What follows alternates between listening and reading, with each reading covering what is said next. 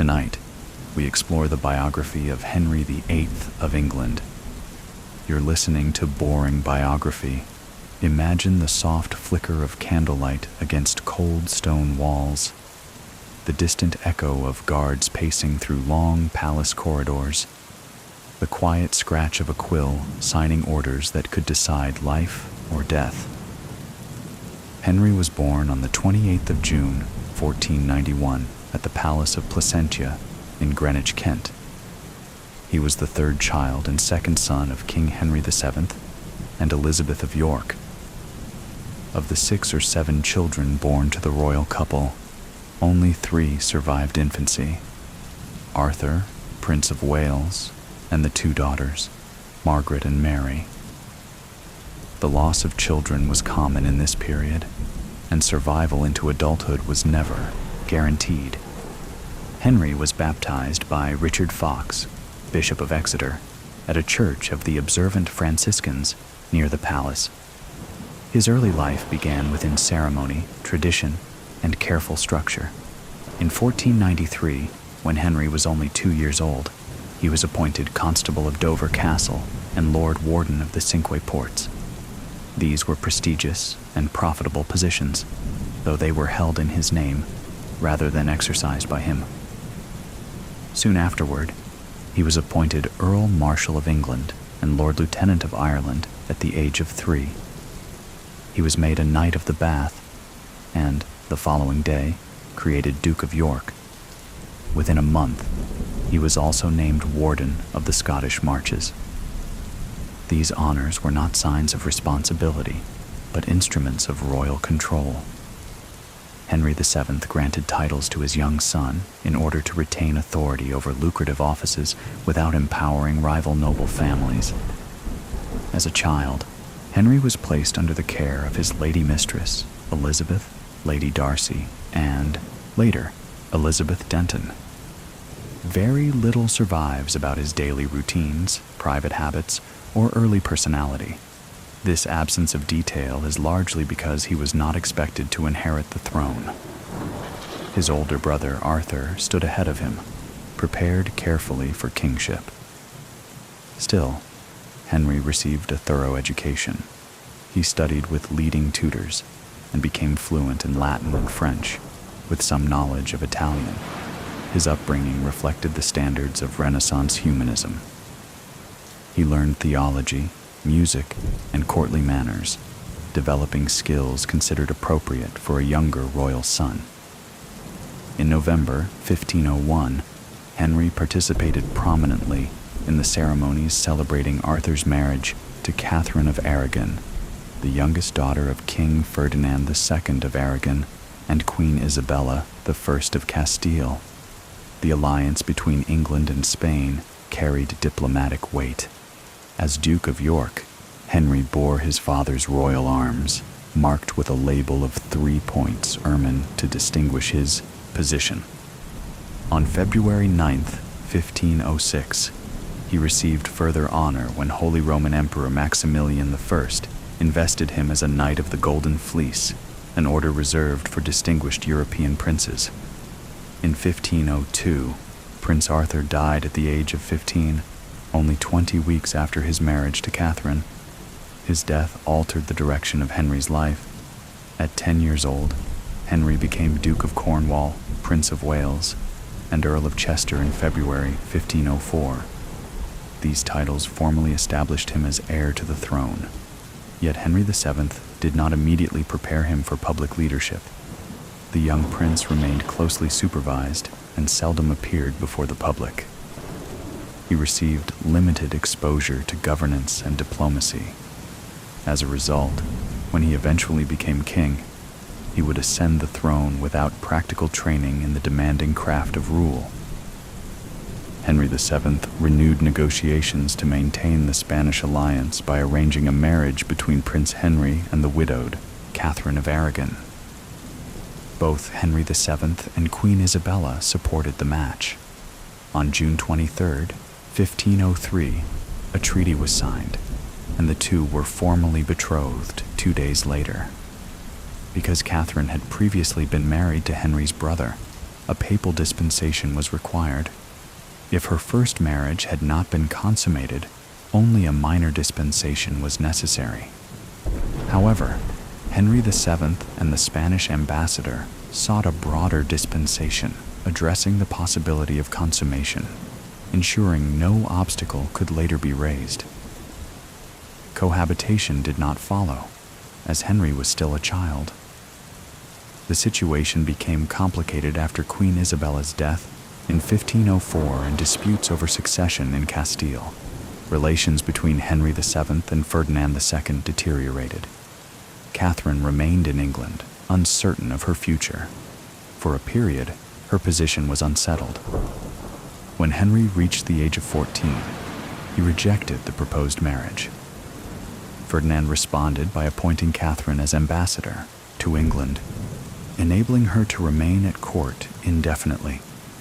Deeply devout, Catherine came to believe that it was God's will that she would eventually marry Henry, despite his resistance. Henry VII died in April 1509, and the 17-year-old Henry succeeded him as king. Soon after his father's burial on 10th May, Henry unexpectedly declared that he would marry Catherine of Aragon. Several issues remained unresolved, including details of the papal dispensation and a missing portion of her marriage dowry. The new king claimed that the marriage had been his father's dying wish. Whether this was true or not, the decision proved convenient.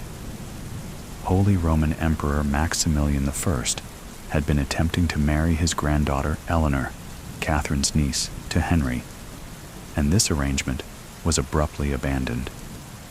Henry's wedding to Catherine was modest and took place at the Friars' Church in Greenwich on the 11th of June 1509. Henry believed himself descended from Constantine the Great and King Arthur, and saw his reign as a continuation of their legacy. On June 23, 1509, Henry led the 23-year-old Catherine from the Tower of London to Westminster Abbey for their coronation, which took place the following day. The ceremony was grand. Tapestries lined the streets, and fine cloth covered the procession route. After the coronation, a lavish banquet was held in Westminster Hall. Catherine later wrote to her father that their time was filled with constant celebration and festivity.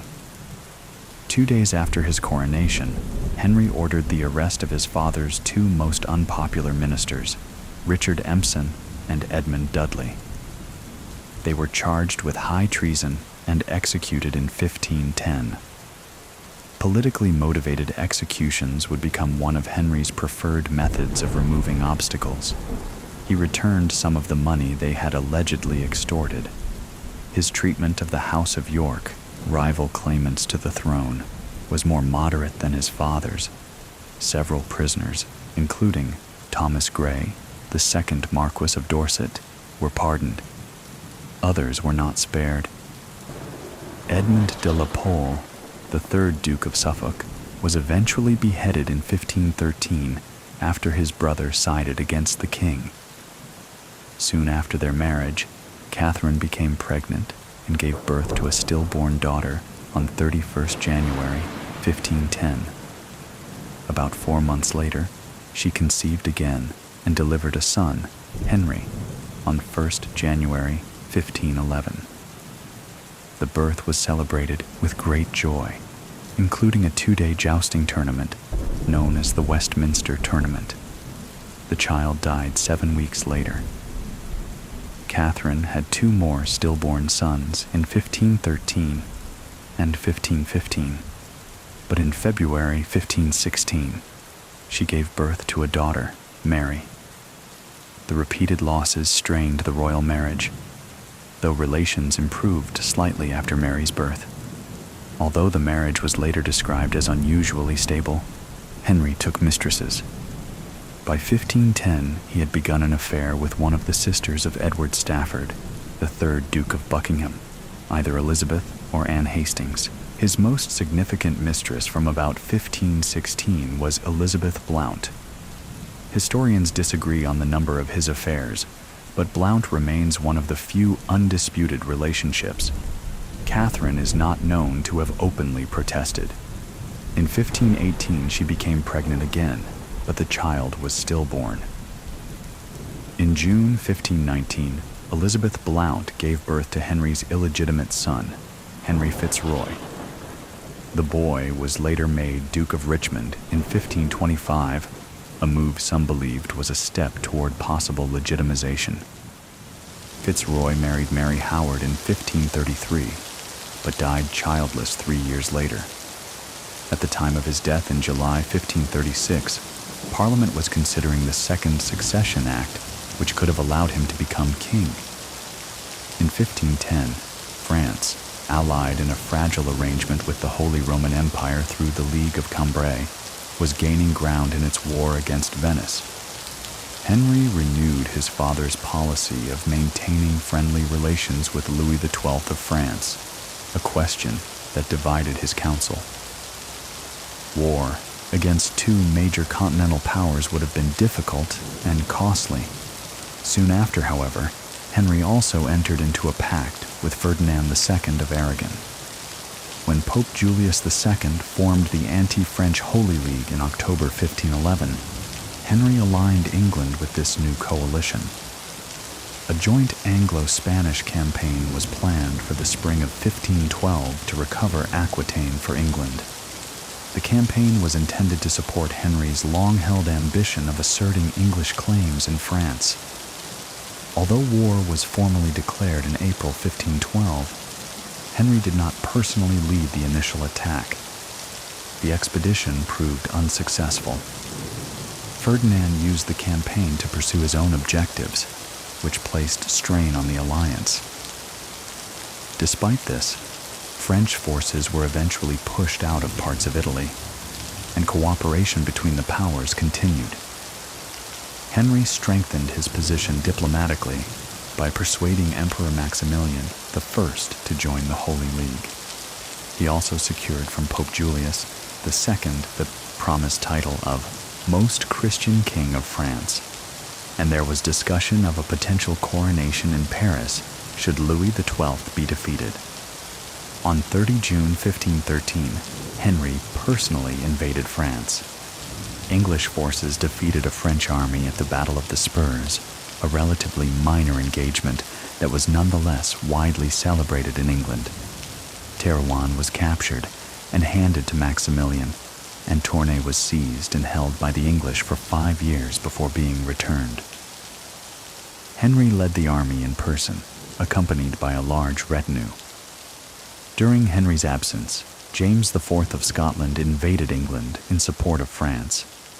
The English army, directed by Queen Catherine, defeated the Scots decisively at the Battle of Flodden on the 9th of September 1513.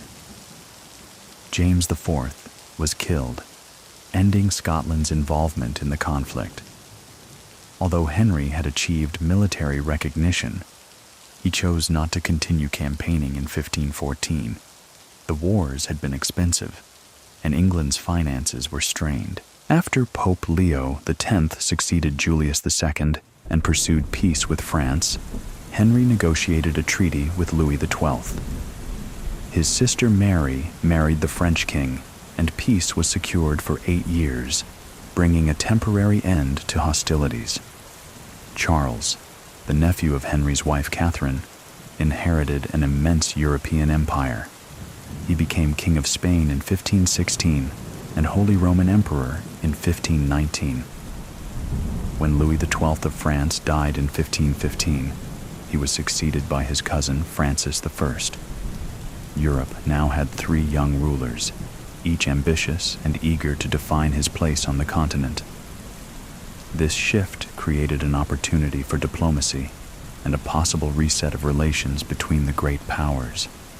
Cardinal Thomas Wolsey pursued a policy of careful diplomacy that led to the Treaty of London in 1518.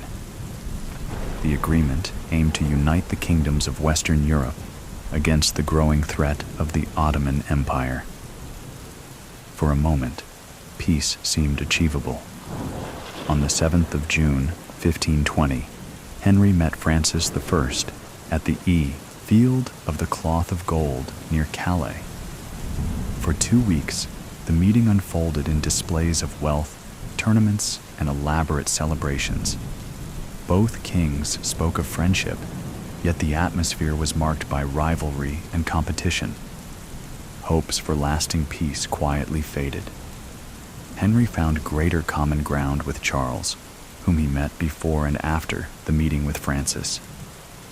When Charles entered war with France in 1521, Henry offered to mediate, but his efforts achieved little.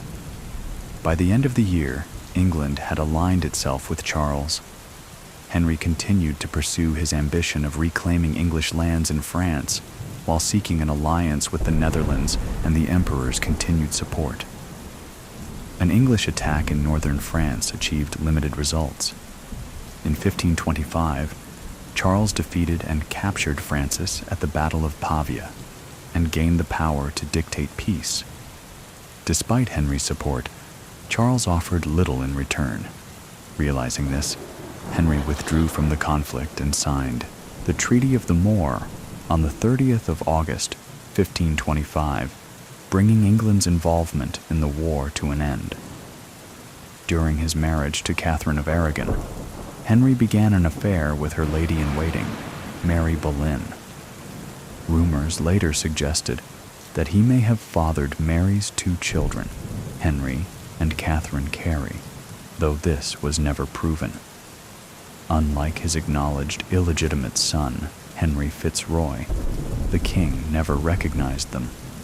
By 1525, Henry had grown increasingly frustrated with Catherine's inability to provide the male heir he desperately wanted. His attention shifted to Mary's sister, Anne Boleyn, a charismatic young woman at court.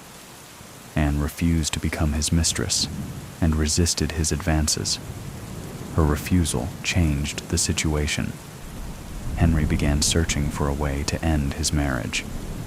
At court, the problem became known as the King's Great Matter. Henry considered 3 possible solutions. He could legitimize Henry Fitzroy, which would require papal approval and could be challenged. He could marry off his daughter Mary and hope for a grandson to inherit. Or he could set Catherine aside and marry a younger woman capable of bearing sons. The third option soon became his obsession. By this time, Henry was 34 and Catherine was 40. He became determined to annul the marriage. This decision was striking because Henry had long been a committed Catholic.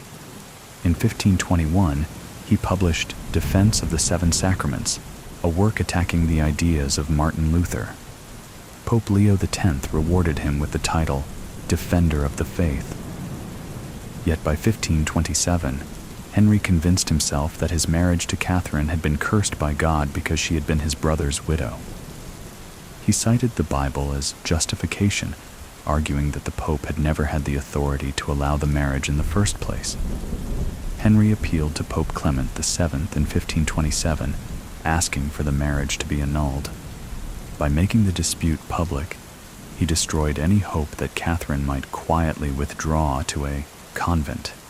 His secretary, William Knight, traveled to Rome with a carefully worded request for papal approval. The mission failed. The Pope refused to be persuaded. The king's problem remained unresolved, and the conflict that followed would reshape England forever. Attention then turned to arranging an ecclesiastical court in England that could rule on the marriage. Pope Clement VII agreed in principle and sent Cardinal Lorenzo Campeggio as his representative. Yet the Pope never intended to allow Campeggio to decide in Henry's favor. Pressure from Emperor Charles V, Catherine's nephew, may have influenced this hesitation, though the full extent remains uncertain.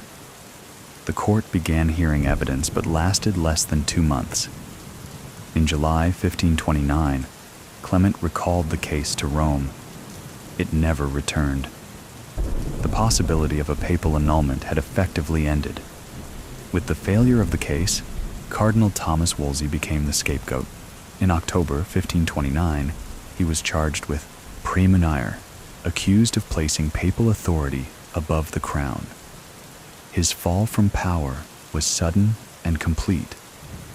Although briefly reconciled with Henry and officially pardoned in early 1530, he was arrested again later that year and charged with treason. Wolsey died while awaiting trial, ending a long career in royal service. For a short time, Henry ruled without a chief minister. Thomas More soon became Lord Chancellor. Intelligent and capable, More was also a devout Catholic who opposed the annulment. At first, he cooperated with Henry's policies and publicly condemned Wolsey in Parliament. Within a year, Catherine was removed from court, and her rooms were given to Anne Boleyn. Anne was highly educated and interested in the ideas of the Protestant Reformation, though the extent of her personal beliefs remains debated. When Archbishop William Warham died, Henry needed a loyal supporter to help secure the annulment. Thomas Cranmer was appointed Archbishop of Canterbury with papal approval. The Pope did not yet realize how greatly this decision would change the future of the English Church. In the winter of 1532, Henry traveled to Calais to meet Francis I and seek support for his new marriage. Soon after returning to England, the 41-year-old king and Anne Boleyn secretly married.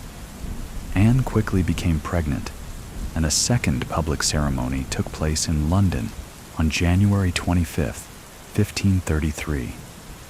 On 23 May 1533, Archbishop Thomas Cranmer ruled that Henry's marriage to Catherine of Aragon was null and void. 5 days later, he declared Henry's marriage to Anne valid. Catherine was stripped of her title as queen and became Princess Dowager. Anne was crowned queen on the 1st of June 1533. On the 7th of September 1533, she gave birth to a daughter, Elizabeth. The marriage triggered sweeping political and religious changes. Parliament passed a series of laws to secure the new order and silence opposition. With the Act of Succession in 1533, Princess Mary was declared illegitimate, while Anne's children were placed next in line to the throne. The Acts of Supremacy in 1534 recognized Henry as head of the Church in England and ended appeals to Rome. Pope Clement VII responded by excommunicating both Henry and Cranmer. Henry and Anne's marriage soon deteriorated. Anne's independence and strong opinions made her unpopular at court. After a miscarriage in 1534, Henry saw her failure to produce a son as a betrayal. By the end of that year, he was already discussing ways to leave her. Resistance to Henry's religious changes was harshly suppressed. Monks who refused loyalty were executed. John Fisher and Thomas More were put to death in 1535 after refusing to recognize Henry as head of the church. In 1536, the Pilgrimage of Grace brought tens of thousands of rebels into revolt in northern England.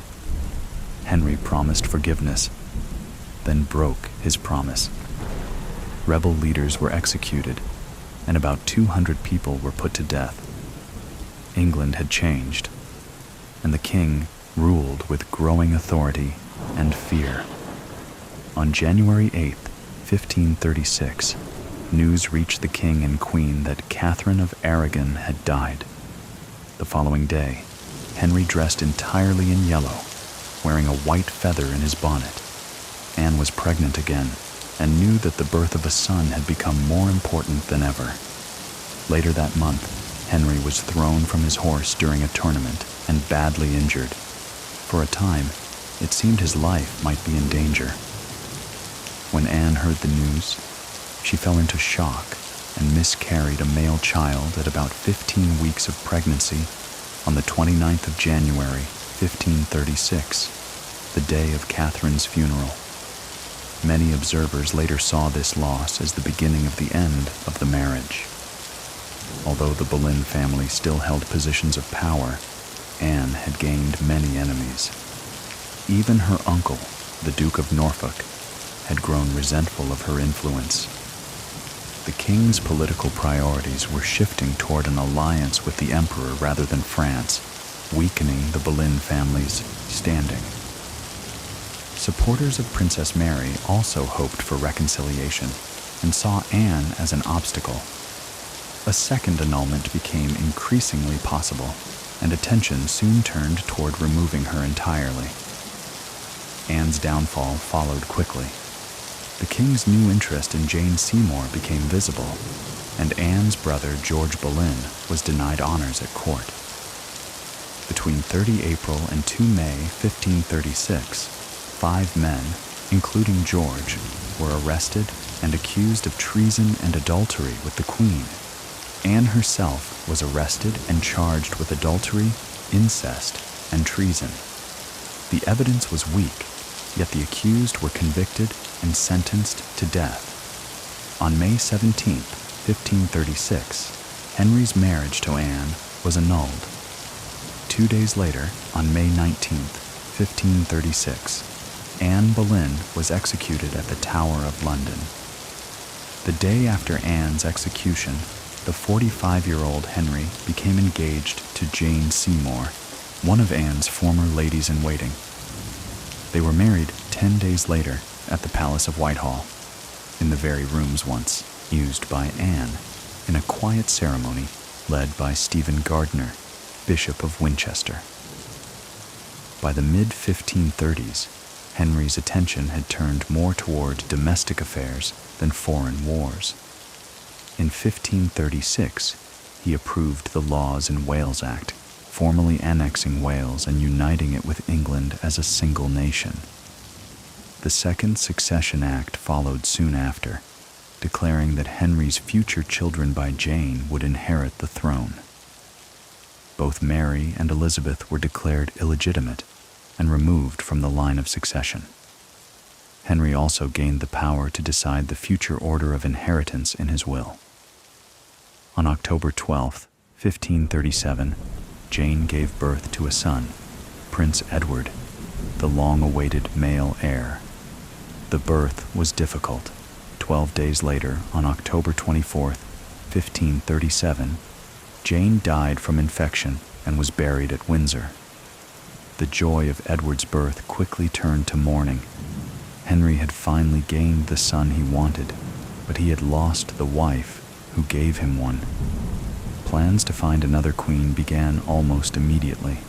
At the urging of Thomas Cromwell and the Privy Council, attention turned toward potential alliances in Europe. In 1538, Cromwell negotiated a secret treaty with Charles V that included proposed royal marriages across Europe. Henry himself was suggested as a possible husband for Christina, the widowed Duchess of Milan. By 1539, Henry had grown increasingly suspicious of threats to England.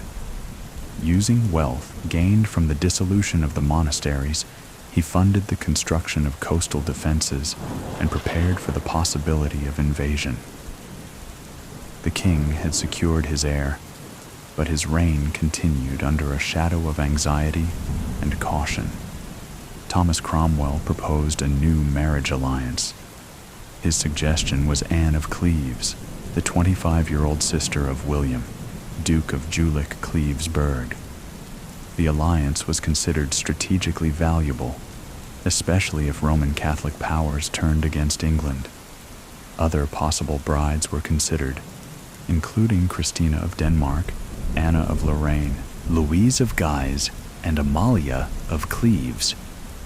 The artist Hans Holbein the Younger was sent to Cleves to paint Anne's portrait so the king could judge her appearance from afar. After viewing the portrait and hearing favorable reports from his courtiers, the 49-year-old Henry agreed to the marriage. When Henry finally met Anne in person, his reaction was immediate and negative. He told his courtiers that she did not resemble the image he had been shown and admitted he did not love her. Despite his private protests, the political arrangements were already in motion, and the marriage proceeded in January 1540. The marriage was never consummated. The morning after the wedding night, Henry complained openly to Cromwell and made clear his dissatisfaction. He quickly sought a way out of the union. Anne cooperated and confirmed that the marriage had not been consummated. A previous betrothal to Francis of Lorraine provided legal grounds for an annulment. In July 1540, the marriage was dissolved. Anne received the title of the king's sister, 2 residences, and a generous income, and she remained in England for the rest of her life. Henry soon became infatuated with the 17-year-old Catherine Howard, the niece of the Duke of Norfolk. The match strengthened Norfolk's influence at court and worried Thomas Cromwell, who was already surrounded by political enemies. Around this time, several religious reformers associated with Cromwell were burned as heretics, while Cromwell himself rapidly lost favor. The exact reason remains unclear. He was accused of treason and other offenses and was blamed for the failed marriage to Anne of Cleves. In July 1540, Cromwell was condemned and beheaded. On 28th of July 1540, the same day Cromwell was executed, Henry married Catherine Howard, a cousin and former lady-in-waiting of Anne Boleyn. The king was delighted and showered his new queen with gifts and lands once belonging to Cromwell. The marriage, however, soon collapsed. Catherine began a secret relationship with courtier Thomas Culpeper and employed Francis Derham, a man she had previously been involved with, as her secretary. When the Privy Council learned of these relationships, Archbishop Thomas Cranmer investigated and presented evidence to the king. At first, Henry refused to believe the accusations, but Derham confessed. Further evidence revealed Catherine's relationship with Culpeper. Both men were executed, and on 13th February 1542, Catherine Howard was beheaded for treason. Henry married his final wife, the wealthy widow Catherine Parr, in July 1543. She was intelligent, well-educated, and sympathetic to religious reform. Catherine often debated matters of faith with the king. Henry's own beliefs had become a mixture of Catholic tradition and Protestant influence, and the religious tensions of the time remained unresolved. Catherine played an important role in restoring harmony within the royal family. She helped reconcile Henry with his daughters Mary and Elizabeth, who had previously been declared illegitimate. In 1543, the Third Succession Act returned both daughters to the line of succession after Prince Edward. The act also confirmed Henry's authority to determine the future order of succession in his will. In 1538, Henry's chief minister Thomas Cromwell led a campaign against what the government described as idolatry within the old religious practices. The effort reached its most symbolic moment in September, when the shrine of St. Thomas Becket at Canterbury Cathedral was dismantled. The destruction of such an important religious site signaled a decisive break from Rome. On December 17th of that year, Pope Paul III formally excommunicated Henry. In 1540, Henry approved the destruction of shrines dedicated to saints across England. 2 years later, the remaining monasteries were dissolved, and their lands and wealth were transferred to the crown. Abbots and priors lost their seats in the House of Lords. For the first time, the Lords spiritual were outnumbered by the Lords temporal, marking a permanent shift in the balance of power within the English Parliament. By 1539, the alliance between Francis I of France and Charles V had collapsed, leading to renewed war.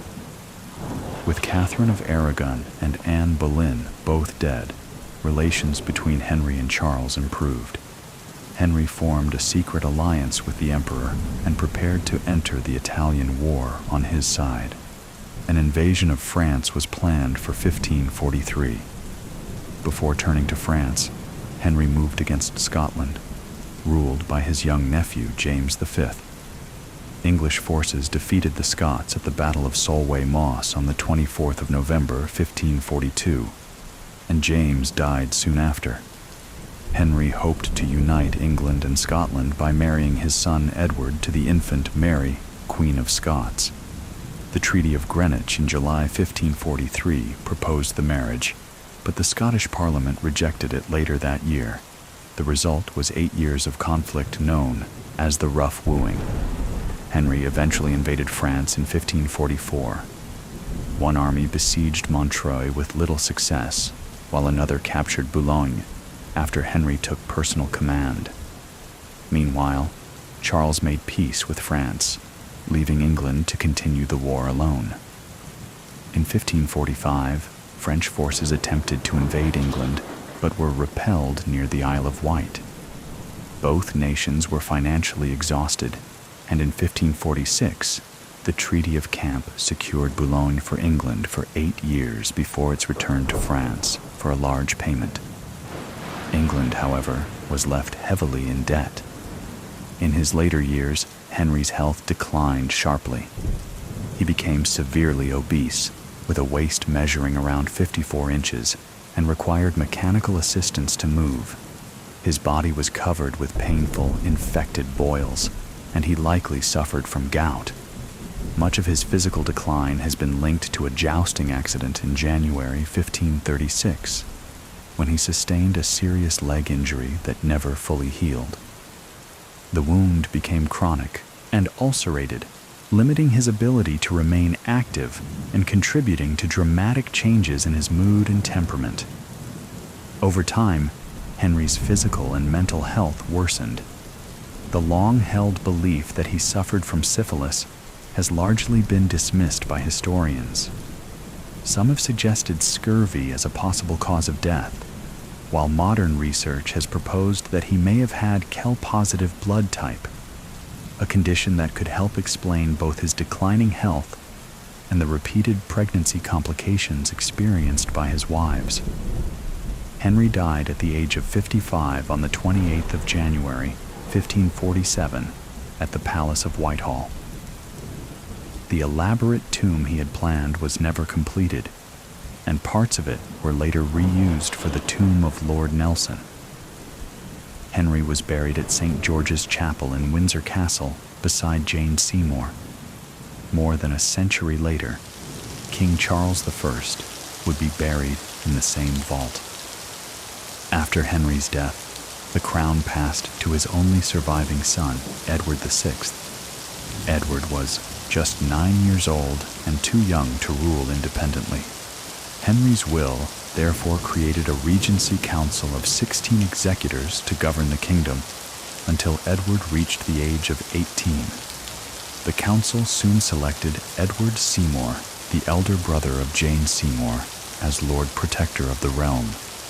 Henry's will also carefully outlined the order of succession.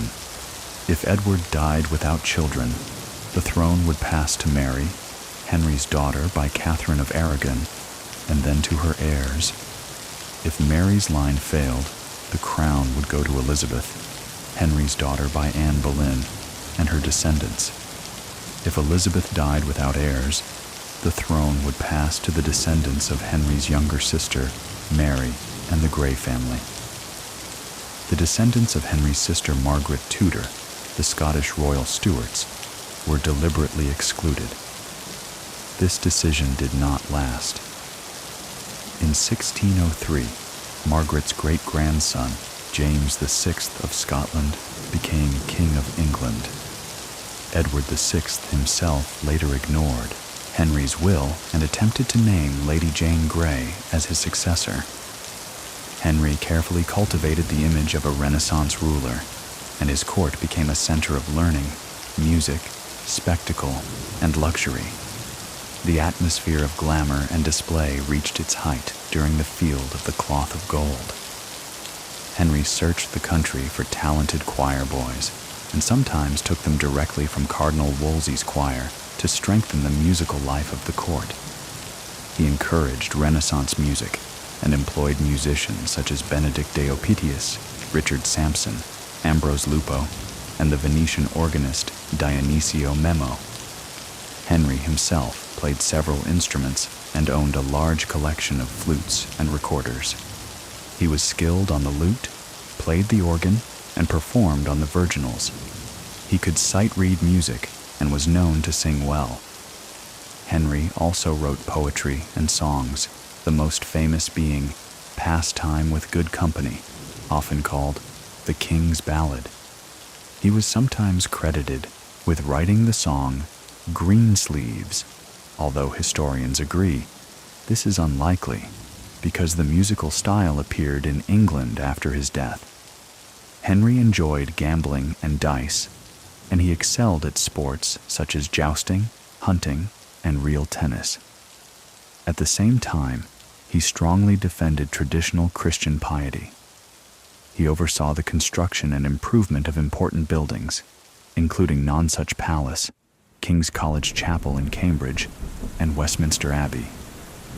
Many properties that once belonged to Cardinal Wolsey, such as Hampton Court Palace, Christ Church in Oxford, the Palace of Whitehall, and Trinity College in Cambridge, were expanded and improved during Henry's reign. Henry was also an intellectual and the first English king to receive a modern humanist education.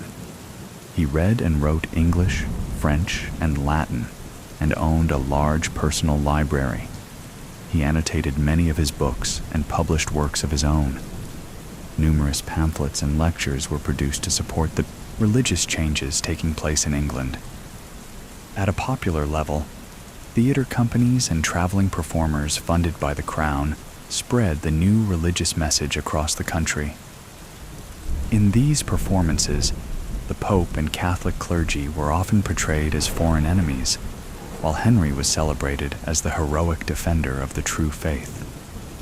Through these efforts, Henry worked to project an image of absolute authority and strength.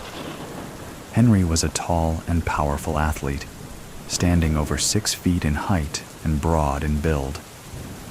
His athletic activities were not simply recreation. They were political theater meant to impress ambassadors and demonstrate royal power. In 1517, he organized a tournament at Greenwich, where he wore gilded armor and rode with gold-decorated horse trappings, dressed in velvet, satin, and cloth of gold, covered in pearls and jewels. Foreign ambassadors were deeply impressed by the display of wealth and ceremony. Henry continued jousting until 1536, when a severe fall from his horse left him unconscious for 2 hours. After this accident, he gradually gained weight and lost the athletic figure that had once defined him, while courtiers began wearing heavily padded clothing to imitate and flatter the king as his health steadily declined. The authority of the Tudor monarchs, including Henry, was described as whole and entire. They claimed to rule by the grace of God alone. The crown possessed exclusive control over what were known as the royal prerogatives. These included the conduct of diplomacy, the arrangement of royal marriages, declarations of war, control of the coinage, the issuing of pardons, and the power to summon or dissolve Parliament when required. In practice, however, even a powerful monarch such as Henry operated within established limits. Legal traditions, financial realities, and the need for political cooperation required him to work closely with the nobility and with Parliament, which represented the landed gentry. His break with Rome demonstrated both the reach of royal power and the constraints within which it functioned. Tudor monarchs maintained control in part through patronage. The royal court included formal institutions such as the Privy Council, as well as informal advisors, confidants, and favorites. Advancement at court could be swift, and so could destruction. Henry executed 2 of his wives, numerous peers, leading officials, close attendants, and religious figures. At almost any moment in his reign, one individual could be identified as chief minister, though historians continue to debate whether these ministers directed policy or merely carried out the will of the king. The relationship between Henry and his ministers remains a subject of enduring discussion, particularly in cases such as the fall of Anne Boleyn. From 1514 until 1529, Cardinal Thomas Wolsey dominated domestic and foreign policy as Lord Chancellor. He centralized government administration and expanded the authority of conciliar courts such as the Star Chamber. Although the structure of the Star Chamber itself did not change significantly, Wolsey used it to pursue reform in criminal law and to assert royal authority. His use of the court sometimes extended to the pursuit of personal grievances, and his treatment of offenders as examples for broader punishment angered the wealthy. Wolsey's immense personal wealth and lavish lifestyle further deepened resentment. After his fall, Henry assumed greater direct control of government, though factional struggles at court intensified. Thomas Cromwell emerged as another defining figure in Henry's government. Having entered Wolsey's service after returning from the continent, Cromwell developed expertise in law and administration. By the early 1530s, he played a central role in drafting legislation that advanced the religious and political transformation of England. Appointed Master of the King's Jewels in 1532, he revitalized royal finances and expanded his influence within the council. Cromwell sought to shift government business away from the personal household of the king and toward more structured state institutions. He formalized financial systems, strengthened administrative bodies, and reorganized the Privy Council into a smaller and more efficient institution. Cromwell's reforms introduced clearer distinctions between the finances of the crown and those of the realm, though the system depended heavily on his own oversight. His fall from power in 1540 disrupted much of this developing bureaucracy.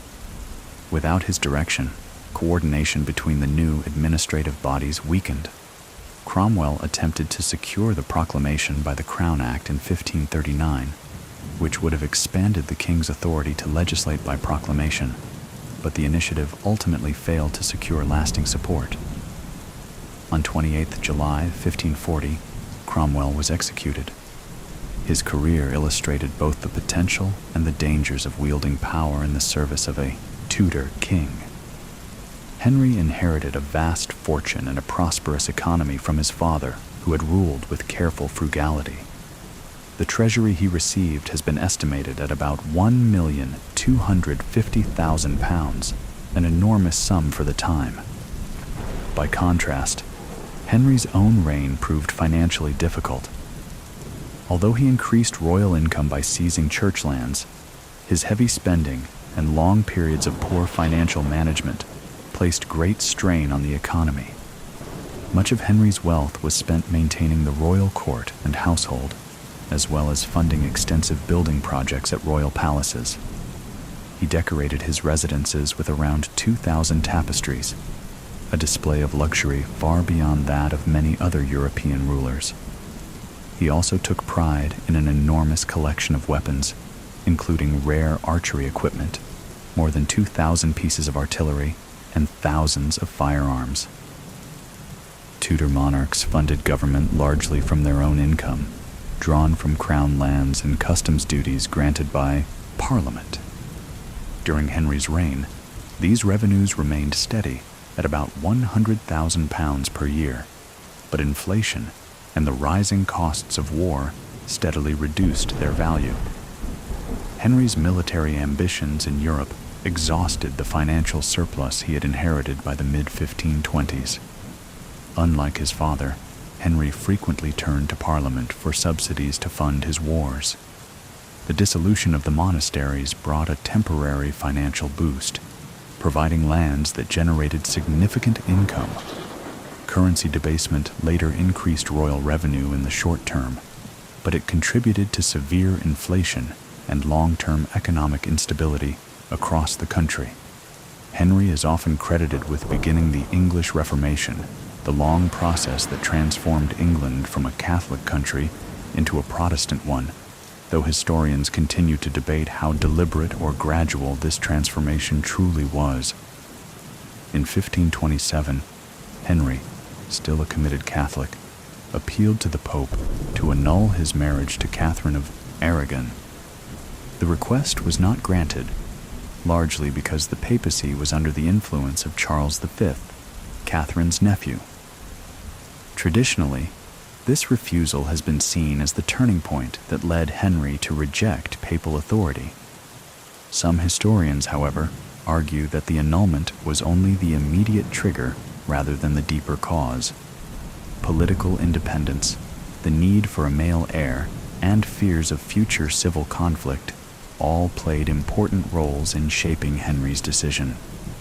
Between 1532 and 1537, Henry introduced a series of laws that reshaped the relationship between the English crown and the papacy and created the foundation of the Church of England. The statute in restraint of appeals declared that legal appeals to Rome were no longer permitted. The supplication against the ordinaries and the submission of the clergy recognized royal authority over the Church. The Ecclesiastical Appointments Act required clergy to accept bishops nominated by the monarch. The Act of Supremacy in 1534 formally declared the king the supreme head of the Church of England. The Treasons Act made it punishable by death to refuse to acknowledge this authority. The Act of Succession required subjects to swear loyalty to Henry's marriage to Anne Boleyn, and the Peter's Pence Act declared that England had no superior authority under God except the king. These measures secured royal control over the English Church and marked a decisive shift in English religious and political life.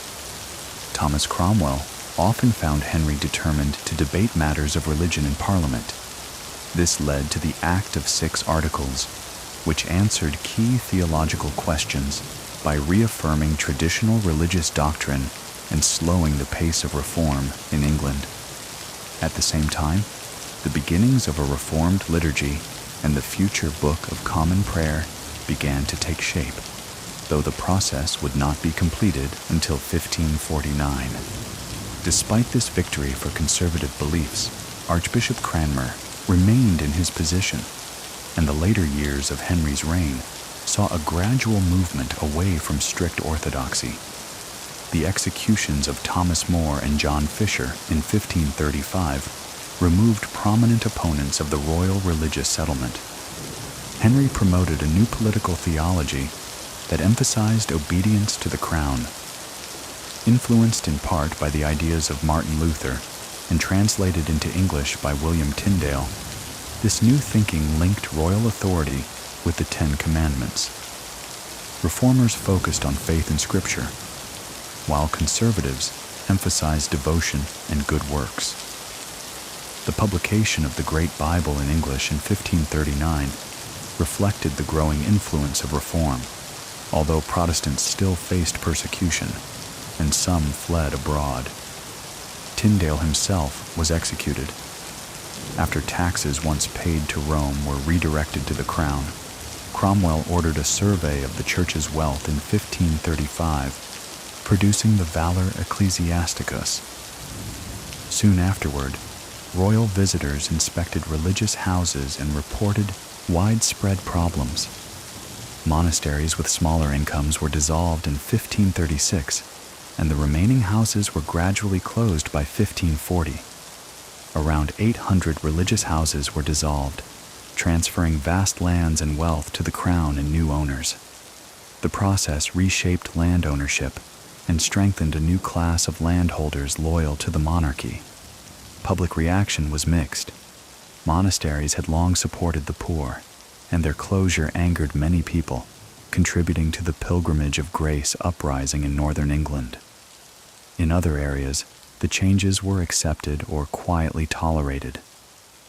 Catholic practices did not disappear, but often continued in secret, re-emerging more openly during the reign of Henry's daughter, Mary. Apart from permanent garrisons stationed at Berwick, Calais, and Carlisle, England's standing army was small, numbering only a few hundred men. Henry increased it only slightly. When he invaded France in 1513, his army of around 30,000 soldiers relied heavily on traditional English billmen and longbowmen, even as many European powers were shifting toward handguns and pikemen. At the time, this difference in equipment did not yet create a major disadvantage. Henry's forces were supported by modern armor, battlefield artillery, war wagons, and large siege guns, which were expensive but effective innovations. His invasion force in 1544 was similarly well organized and equipped, though battlefield command was entrusted to the Dukes of Suffolk and Norfolk, whose leadership produced mixed results, including failures during the siege of Montreuil.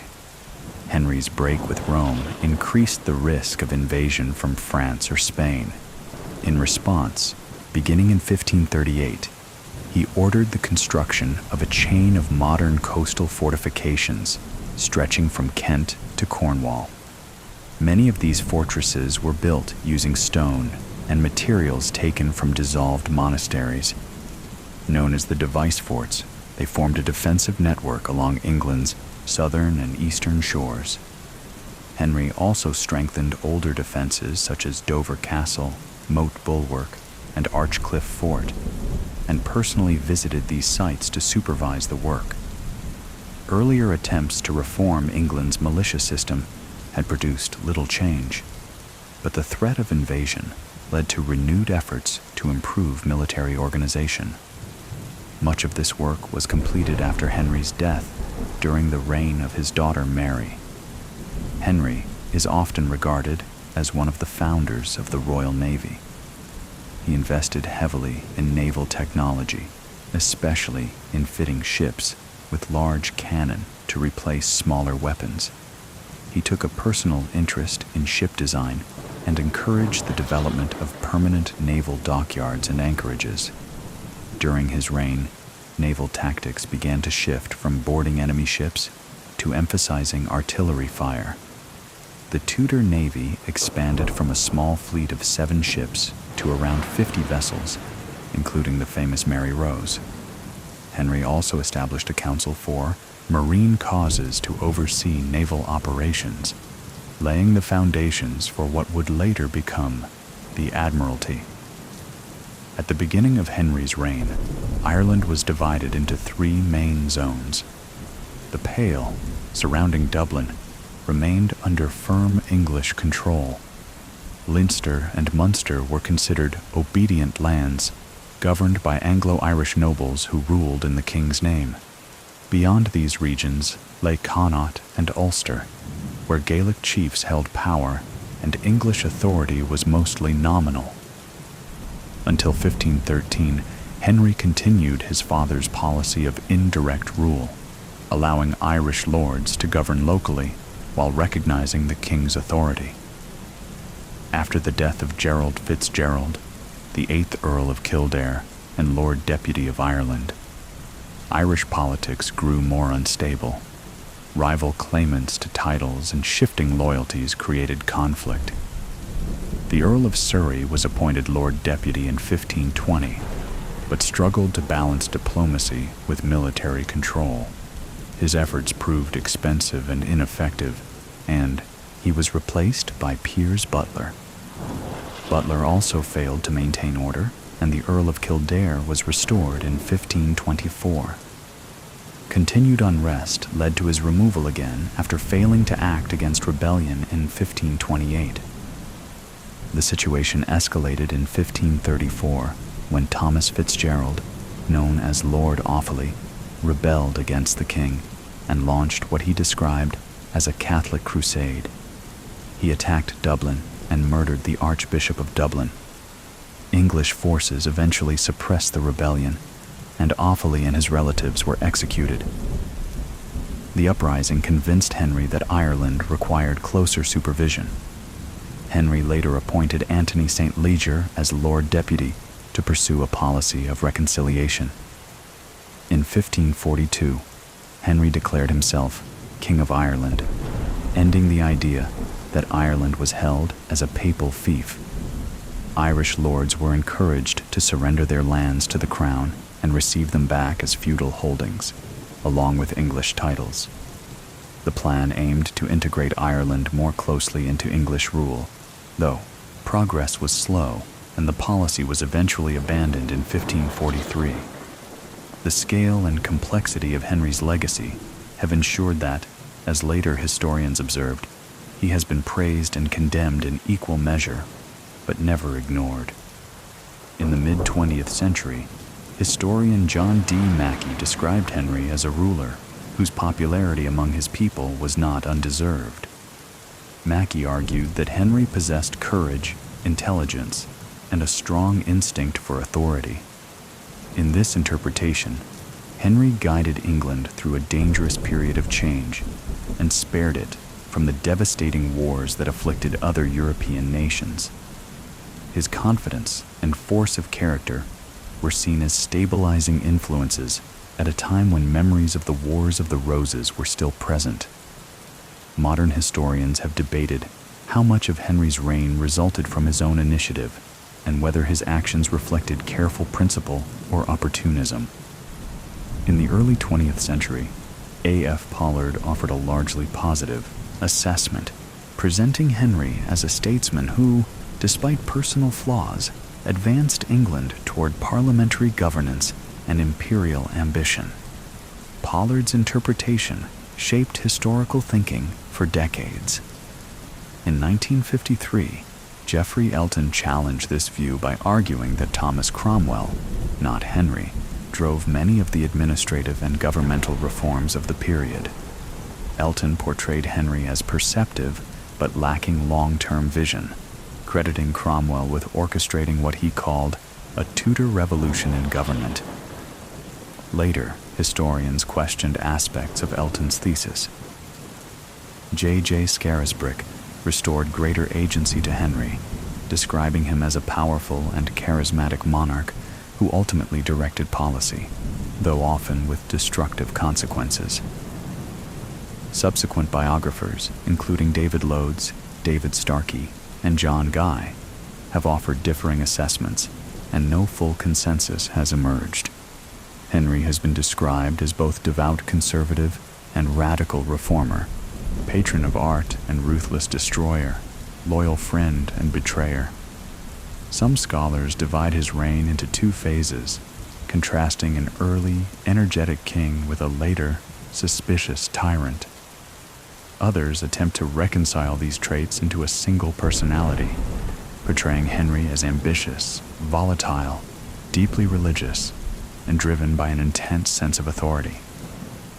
Henry originally styled himself Henry VIII, by the grace of God, King of England, France, and Lord of Ireland. In 1521, Pope Leo X rewarded Henry for his book Defense of the Seven Sacraments by granting him the title Defender of the Faith. From that point, his royal style became Henry VIII, by the grace of God, King of England and France, Defender of the Faith, and Lord of Ireland. After Henry was later excommunicated, Pope Paul III withdrew the title, but Parliament declared that it would remain in use, and it continues as part of the British monarch's title today. Henry's personal motto was Cur Loyal, meaning true heart, and he often had it embroidered on his clothing alongside a heart symbol. His royal emblems included the Tudor rose and the Beaufort portcullis. His coat of arms followed the tradition established by earlier monarchs, combining the symbols of England and France. In 1535, Henry added a new phrase to his royal style, declaring himself Supreme Head on Earth of the Church of England. In 1536, this was expanded to include Ireland. In 1541, the Irish Parliament changed his title from Lord of Ireland to King of Ireland. This decision aimed to strengthen royal authority and reduce the influence of the Pope in Irish affairs. The Parliament that granted this title included both Gaelic Irish chieftains and Anglo-Irish nobles, marking a significant moment in the relationship between England and Ireland. Henry VIII left behind a country that looked very different from the one he inherited. When he became king, England was a Catholic nation tied closely to Rome, financially stable, and still cautious after decades of civil war. By the time of his death, the church had been reshaped, monasteries had vanished, the Royal Navy had expanded, the succession had been rewritten several times, and the authority of the crown had grown stronger than ever before. He was remembered as a musician, a scholar, a builder, and a warrior. He was also remembered as a ruler who ordered executions, broke alliances, and changed the course of religion for an entire kingdom. Admirers saw a strong king who guided England through a dangerous age. Critics saw a man driven by ambition, fear, and the desire for control. Across the centuries, his reputation has shifted, but his influence has never faded. And now, as the candles burn low and the halls grow quiet, we leave the court of Tudor England behind. Thank you for listening to Boring Biography. Close your eyes, slow your breathing, and let the story drift into silence. Good night.